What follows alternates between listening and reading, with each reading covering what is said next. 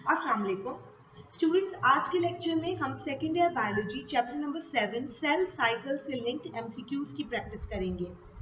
Chapter number 7 cell cycle में interphase, mitosis, meiosis और इन्हीं से लिंक्ड टॉपिक शामिल हैं। अब हम उन्हें एमसीक्यूज की मदद से समझते हैं। सबसे पहले MCQs number 1, at what stage of mitosis are chromosomes arranged along a plane at the mid line of the cell. यानी वो कौन सा स्टेज है माइटोसिस का जिसमें क्रोमोसोम्स सेल के सेंटर में, सेल के इक्वेटर में अरेंज होते हैं।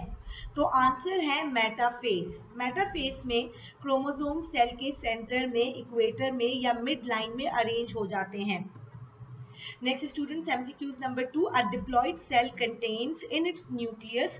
तो याद रखिएगा कि a diploid cell contain in its nucleus an even number of chromosomes.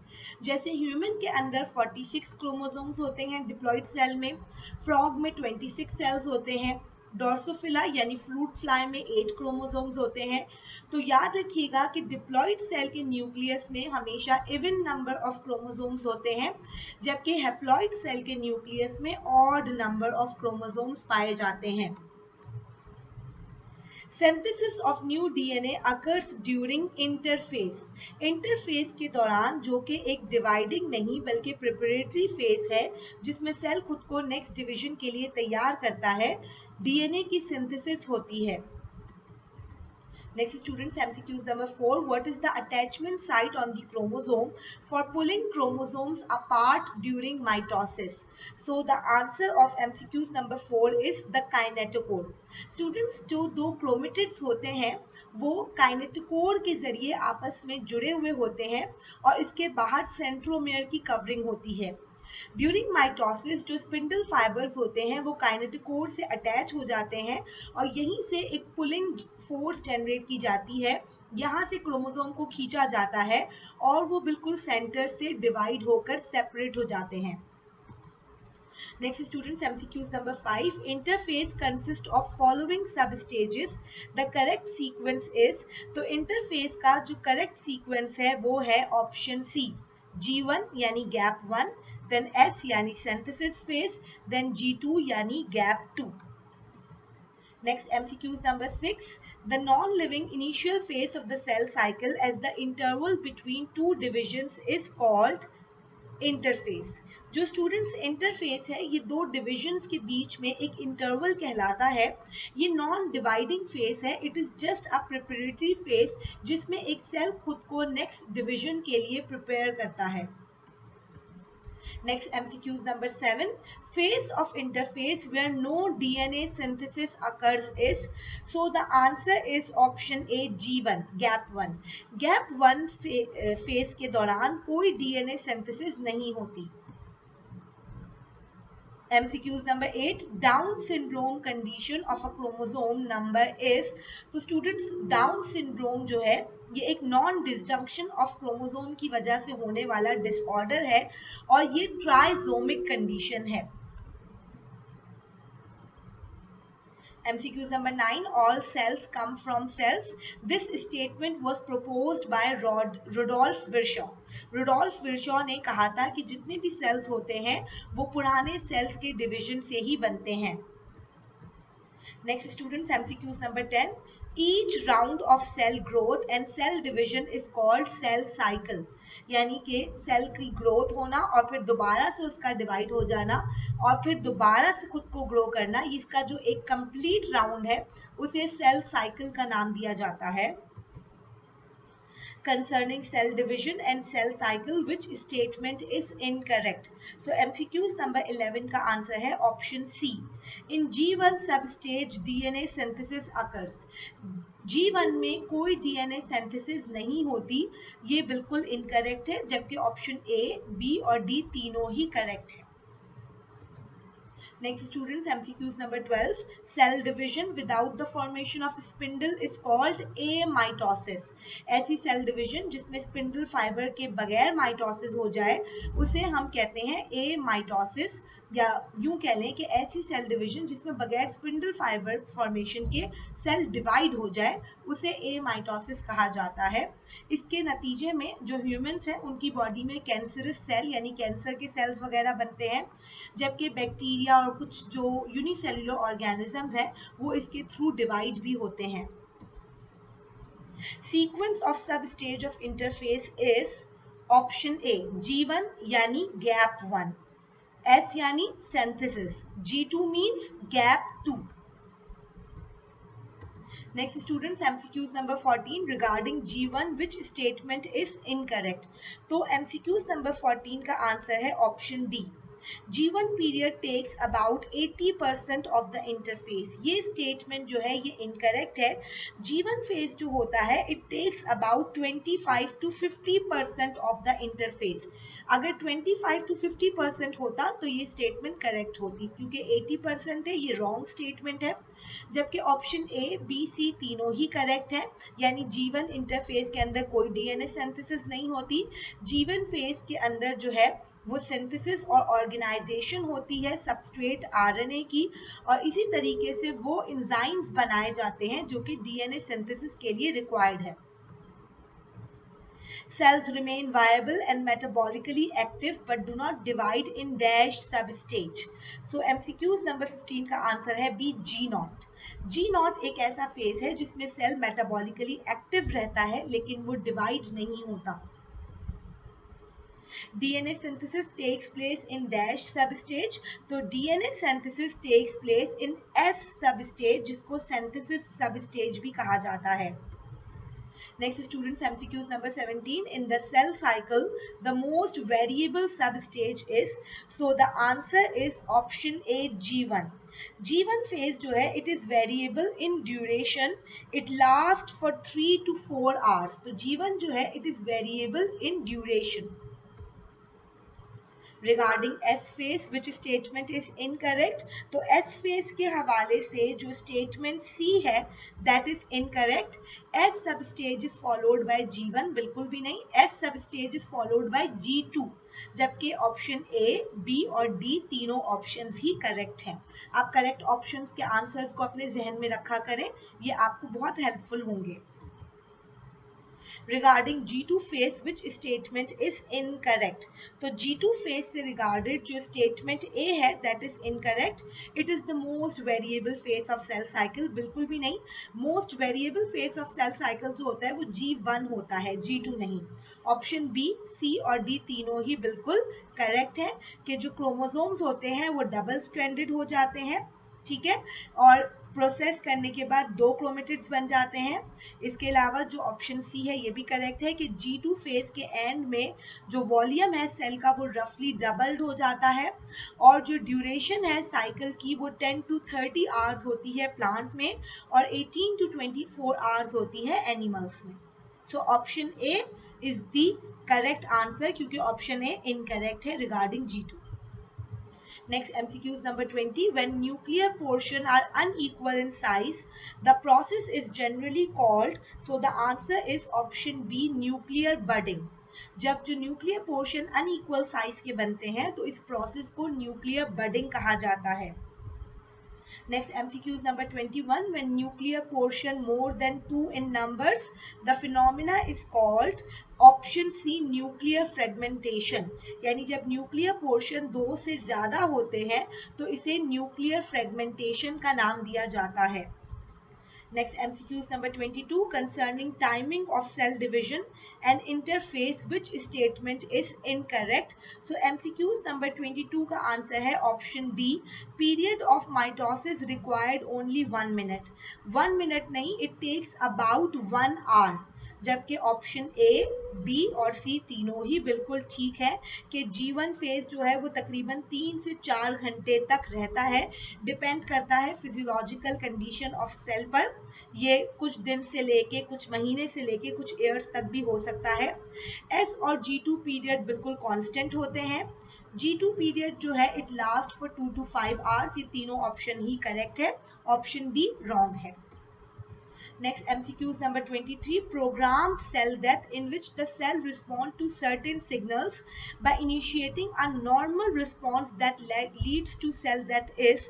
So MCQs number 23 का आंसर है ऑप्शन डी, एपोप्टोसिस। ये एक प्रोग्राम्ड सेल डेथ है जिसमें सेल रिस्पॉन्ड करता है उन सिग्नल को जो कि सेल डेथ की तरफ लेकर जाते हैं। Death of living cells that result from tissue injury is, तो अगर किसी टिश्यू इंजरी की वजह से सेल डेथ होती है तो उसे ऑप्शन बी, नेक्रोसिस कहा जाता है। Cell carry out self destruction in the absence of survival signals, जब कोई सर्वाइवल सिग्नल्स ना मौजूद हो तो सेल खुद से खुद को डिस्ट्रॉय कर देता है और इसे कहते हैं autophagy. Apoptosis appears to be mediated primarily by release of which ion? So MCQs number 26 का आंसर है option D, calcium ion.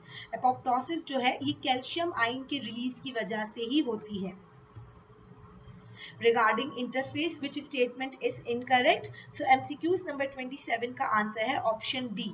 Option D is incorrect regarding interface. Chromosomes are very prominent and not so coiled. Students याद रखिएगा कि इस stage में ऐसा कुछ नहीं होता। Chromosomes are thin and tangled, बहुत पतले होते हैं, टेंगल्ड होते हैं and can not be recognised as separate entities. हम उन्हें एक सेपरेट एंटिटीज के तौर पे रिकॉग्नाइज भी नहीं कर सकते। जबकि ऑप्शन ए, बी और सी बिल्कुल ठीक है कि ये नॉन डिवाइडिंग इनिशियल फेज है, प्रिपरेटरी फेज है। न्यूक्लियस जो है वो क्लियरली विजिबल होता है, मेम्ब्रेन बाउंडेड ऑर्गेनेली भी मौजूद होते हैं और न्यूक्लियोलाई भी प्रोमिनेंट होता है। Next students, MCQs number 28. Chromosomes arrange themselves at the equatorial plane of the spindle during metaphase. अब इससे पहले भी MCQs आ चुका है लेकिन पूछने का अंदाज थोड़ा सा तब्दील हो गया है। वहां पर उन्होंने मिड लाइन का जिक्र किया था, यहाँ इक्वेटोरियल प्लेन, एक ही बात है। मिड लाइन या इक्वेटोरियल प्लेन में जो क्रोमोसोम्स अरेंज होते हैं वो ड्यूरिंग मेटाफेज अरेंज होते हैं। Next students, MCQs number 29. Stage of mitosis characterized by physical separation of sister chromatids is. So the answer is option D, anaphase. Anaphase के अंदर जो sister chromatids होते हैं वो physically एक दूसरे से separate हो जाते हैं। Next students, MCQs number 30. Mutations of cellular genes that control cell growth and cell mitosis leads to. So MCQs number 30 का आंसर है ऑप्शन सी, कैंसर। यानी कि जो सेल्यूलर जीन्स हैं उनमें म्यूटेशन हो जाना दैट कंट्रोल सेल ग्रोथ, जो सेल की ग्रोथ को और माइटोसिस को कंट्रोल करते हैं, ऐसे में सेल एबनॉर्मल तरीके से फिर डिवाइड होगा और इसके नतीजे में कैंसर जो है वो कॉज होता है। Next, MCQs number 31. Mitotic apparatus is formed during dash of cell division.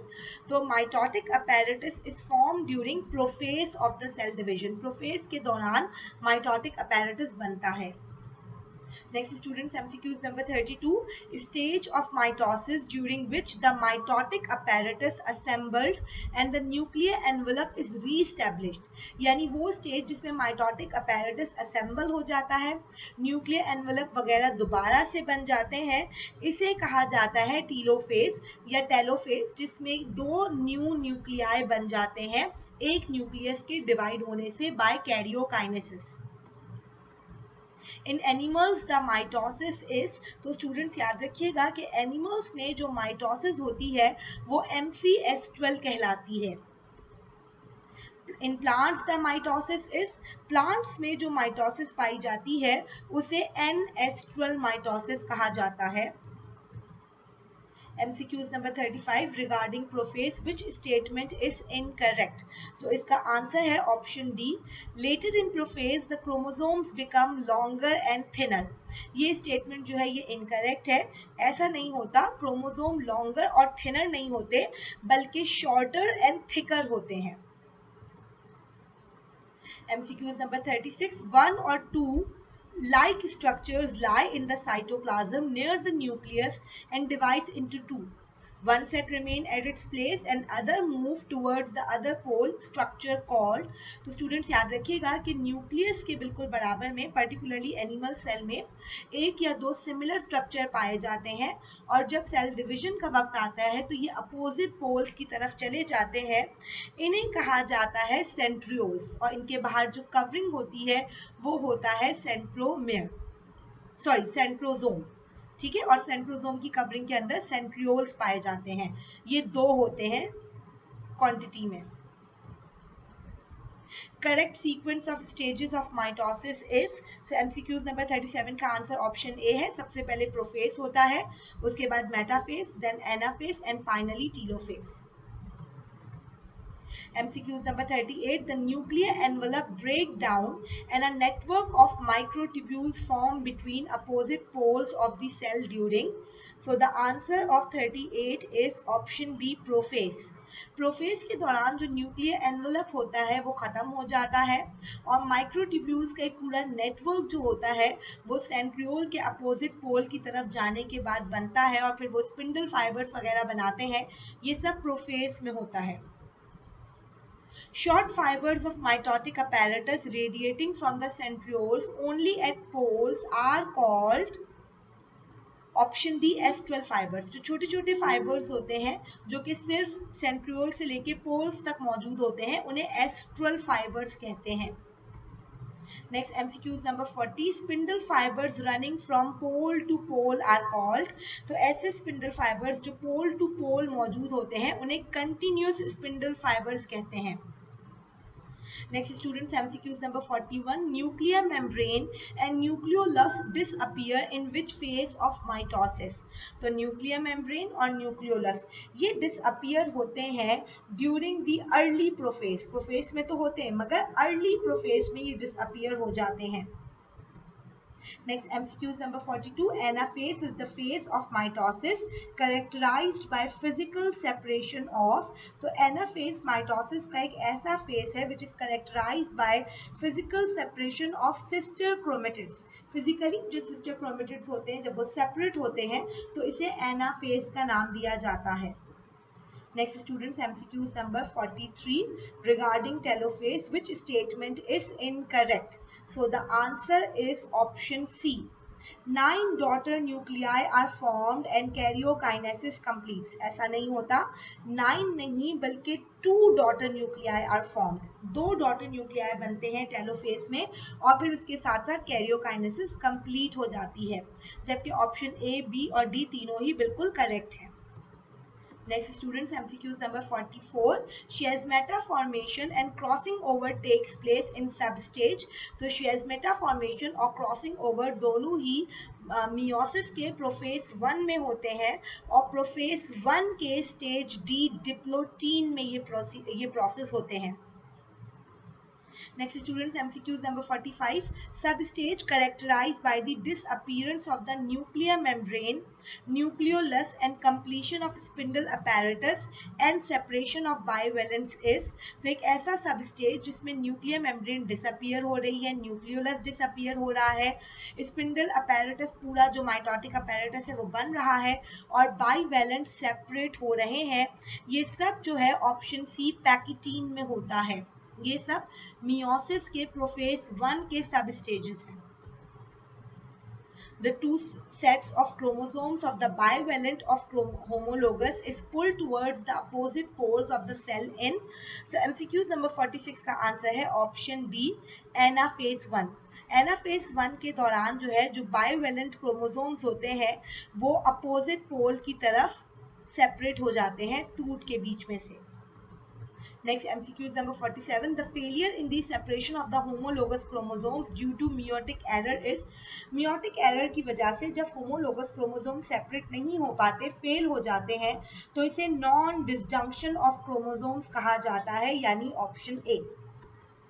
Next, student 48. The substage initiates meiosis is. So the answer is option D, leptotene. Leptotene substage जो है ये मियोसिस को initiate करता है, ये उसका फर्स्ट स्टेज है। Synapses takes place in substage. So synapses जो है जिसमें दो होमोलोगस क्रोमोसोम्स जो है वो करीब आ जाते हैं, आपस में जुड़ जाते हैं, ये जो है मियोसिस के प्रोफेज 1 के स्टेज जाइगोटीन में होता है, सब स्टेज जाइगोटीन में होता है. Next student, MCQs number 50. Tetrates formation occurs in substage. तो tetrate formation जो है it occurs in substage Pachytene. A change in an individual in which chromosome may be added or subtracted is, so इसे कहते हैं option C aneuploidy. Regarding liptotin, which statement is incorrect? तो liptotin से regarding जो statement B है वो incorrect है. It has haploid number of chromosomes.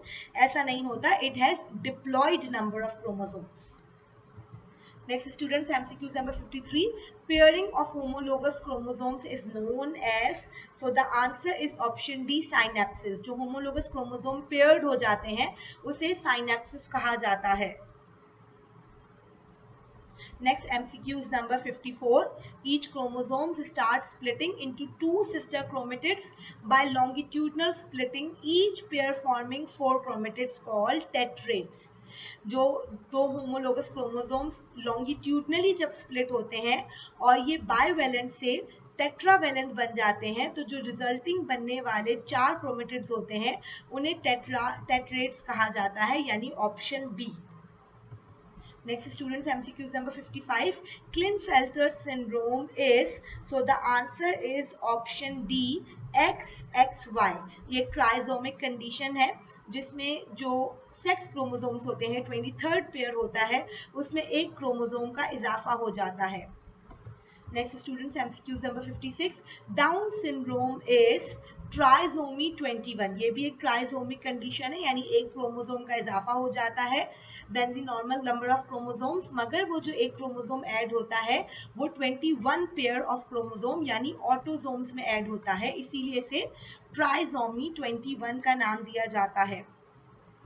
Ji, MCQs number 57. Turner syndrome is, so the answer is option C XO, यानी एक X chromosome जो है वो यहाँ से गायब हो जाता है. Paired chromosomes are in contact with each other at 1 or 2 points called as chiasmata. जो paired chromosomes होते हैं वो एक या 2 पॉइंट से आपस में जुड़े रहते हैं, उन्हें chiasmata कहते हैं. और इन्हीं पॉइंट से सेपरेशन के दौरान जो है फोर्स लगानी पड़ती है बहुत ज़्यादा, जिसके नतीजे में क्रॉसिंग ओवर होती है. MCQs number 59. Regarding zygotine, which statement is incorrect? So MCQs number 59 का आंसर है option D. Zygotine is associated with mitosis and meiosis. ऐसा बिल्कुल भी नहीं है. It is only associated with meiosis और meiosis के प्रोफेज 1 से इसका ताल्लुक है. माइटोसिस से इसका कोई कंसर्न नहीं है, जबकि ऑप्शन ए बी सी तीनों ही बिल्कुल ठीक है कि जो ईच होमोलोगस पेयर होता है approach each other and becomes associated to form bivalent, की जो होमोलोगस क्रोमोसोम्स हैं वो जुड़ के बायोवेलेंट बना देते हैं. न्यूक्लियस जो है वो अपीयर होता है टू हैव हाफ नंबर, इसमें हाफ नंबर ऑफ क्रोमोसोम्स होते हैं. और synapsis is close pairing of homologous chromosomes, के जो होमोलोगस क्रोमोसोम्स होते हैं वो बिल्कुल क्लोजली एक दूसरे से पेयर्ड हो जाते हैं, पॉइंट टू पॉइंट और जीन टू जीन. ठीक है, उम्मीद है आप इसे समझ रहे होंगे students. Next MCQs number 60. Breakage and rejoining of segment of chromatids at chiasmata is known as, so MCQs number 60 का आंसर है क्रॉसिंग ओवर, कि पहले ब्रेकेज होती है फिर रीजॉइनिंग होती है क्रोमेटिड्स की chiasma के पॉइंट पर, इसे क्रॉसिंग ओवर कहते हैं. And it brings new variety, और इसी की मदद से जेनेटिक मोनोटनी जो है उसे अवॉइड किया जाता है. G students, next MCQs number 61. In which stage of meiosis the bivalents become more thickened, contracted and prominently visible? So the answer is option D dikinesis. Dikinesis में जो bivalent chromosomes होते हैं ये thickened हो जाते हैं, contract होके ज़्यादा prominently visible होते हैं. Students, ये सारे steps जो है ये आपको जहन में रखने होंगे, इनको आपने बार बार प्रैक्टिस करनी होगी ताकि ये आपको याद रहे. Next MCQs number 62. In which stage of meiosis the bivalent line up at the equatorial plane? So the answer is metaphase 1. The telophase 1 is followed by short, so the answer is option B, short interphase. telophase 1 के बाद एक short interphase होता है और फिर उसके बाद meiosis की division 2 start होती है. Next students, MCQs number 64. Each chromatid is called monad in which meiotic division? So each chromatid is called monad in, answer is option B, second meiotic division. Each chromatid is called monad in which phase of meiosis? तो यहाँ meiotic division की बात हुई थी, वो second meiotic division थी. यहाँ meiosis के phase के बारे में पूछा जा रहा है. So the answer is anaphase 2. यानी कि second meiotic division में anaphase 2 में जो each chromatid होता है उसे monad कहा जाता है. Next MCQs number 66. Anaphase finished when? So the answer is option C. Monads reach the pole. तो फिर anaphase खत्म हो जाता है. Next MCQs number 67. Dikinesis is characterized by option C. Disappearance of nuclear membrane, यानी nuclear membrane का disappear हो जाना, nucleolus का disappear हो जाना और spindle apparatus का मुकम्मल तौर पे बन जाना. MCQs number 68. Separation of bivalent is completed by the process called option B, terminalization. 68 का आंसर जो है वो है option B. Next students, MCQs number 69. Regarding significance of meiosis, which statement is incorrect? So the answer is option C. As a result of meiosis, gametes are not formed. ये incorrect है, ठीक है. यहाँ लिखा है कि meiosis के नतीजे में gametes नहीं बनते, जबकि ऐसा नहीं है. meiosis के नतीजे में gametes बनते हैं.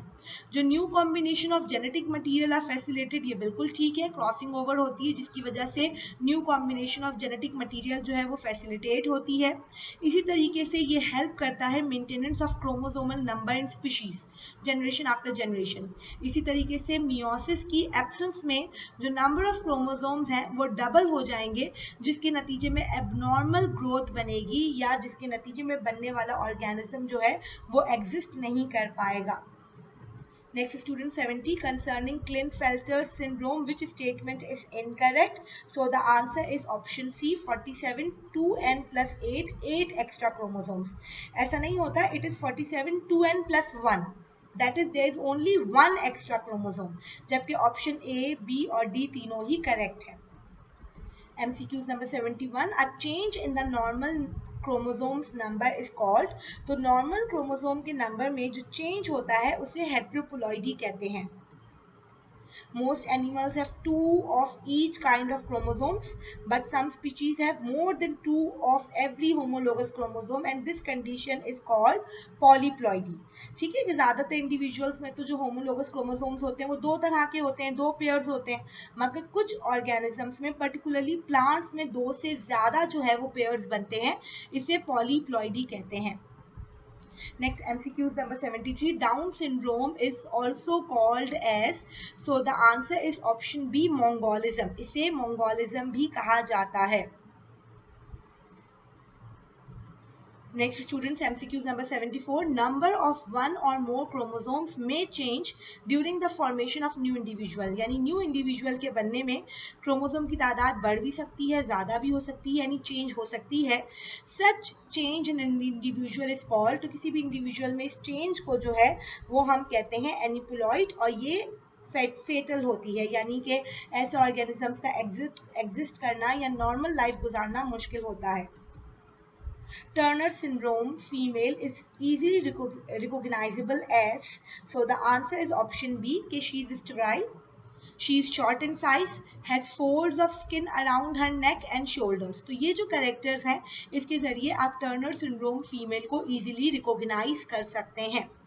So students, ये कुछ MCQs थे related to chapter number 7 second year biology cell cycle. आप इसकी आंसर की का स्क्रीनशॉट लीजिए, तमाम स्लाइड्स का स्क्रीनशॉट लीजिए, इस लेक्चर को बार बार देखिए, इसकी प्रैक्टिस कीजिए. इंशाल्लाह हम नेक्स्ट लेक्चर में नेक्स्ट चैप्टर की प्रिपरेशन करेंगे. Thank you.